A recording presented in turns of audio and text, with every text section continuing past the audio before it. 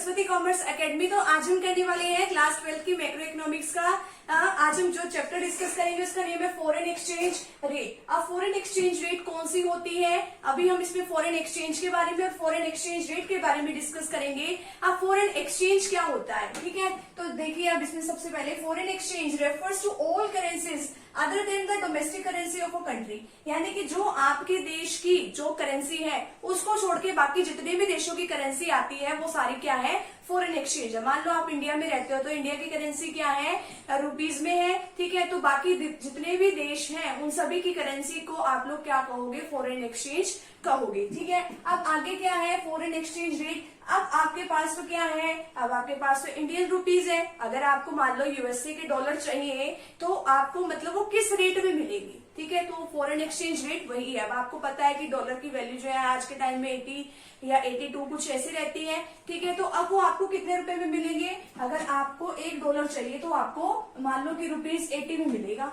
Foreign exchange rate refers to the rate at which one currency is exchanged for the other, ठीक है। अब ये वो rate है कि जिसके ऊपर क्या होता है कि एक करेंसी दूसरी करेंसी में एक्सचेंज होती है। अब वो जिस रेट पे आपको मिलेगी वो it represent the price of one currency in terms of another currency. अब देखो कि अगर आपको मान लो $1 चाहिए, $1 चाहिए तो आपको कितने रुपए देने पड़ेंगे उसके बदले में, 80 रुपीज, ठीक है। तो इस तरीके से जो है आपको ये फॉरेन एक्सचेंज रेट का पता चलता है। अब इसकी वैल्यू 80 भी हो सकती है, 78 भी हो सकती है, कितनी भी हो सकती है, वो अलग अलग जो प्राइसेस है वो सेट होते ही हैं।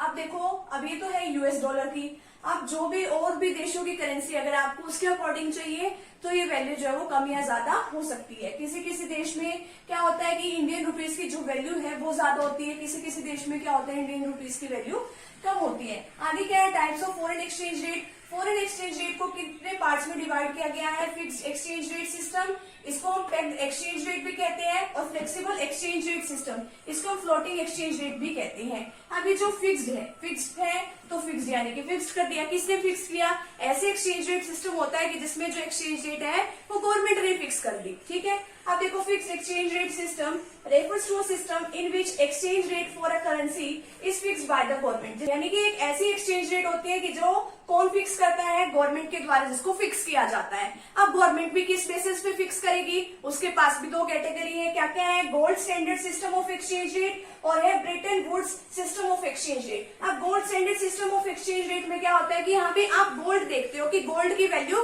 कितनी है, ठीक है। तो गोल्ड के बेसिस पे जो है वैल्यू सेट होती है। अब मान लो कि 1 ग्राम गोल्ड है वो $1 अगर हम देते हैं तो हमें 1 ग्राम गोल्ड मिल जाता है, और अगर हम इंडियन रुपीज देते हैं तो वो क्या है कि वो हमें 1000 में मिलता है। तो अब मान लो कि इंडियन रुपीज की वैल्यू हमें निकालनी है तो कितनी आएगी, तो वो कितनी आएगी, 100 रुपीज, यानी कि 100 रुपीज जो है वो किसके बराबर है, $, की, ठीक है। $1 जो है वो हमें 100 रुपीज में मिलेगा। ये जस्ट एक एग्जांपल है, इतना सस्ता जो है गोल्ड होता भी नहीं है। नेक्स्ट है कि Bretton Woods system of exchange rate. Bretton Woods system of exchange rate में क्या है कि इसमें क्या है, पहले तो गोल्ड सिस्टम के अकॉर्डिंग जो है वैल्यू सेट की जाती थी, इसमें $, के अकॉर्डिंग वैल्यू सेट की जाती है। दूसरे देशों की भी यहाँ भी कितनी करेंसी की उनकी वैल्यू है, ठीक है।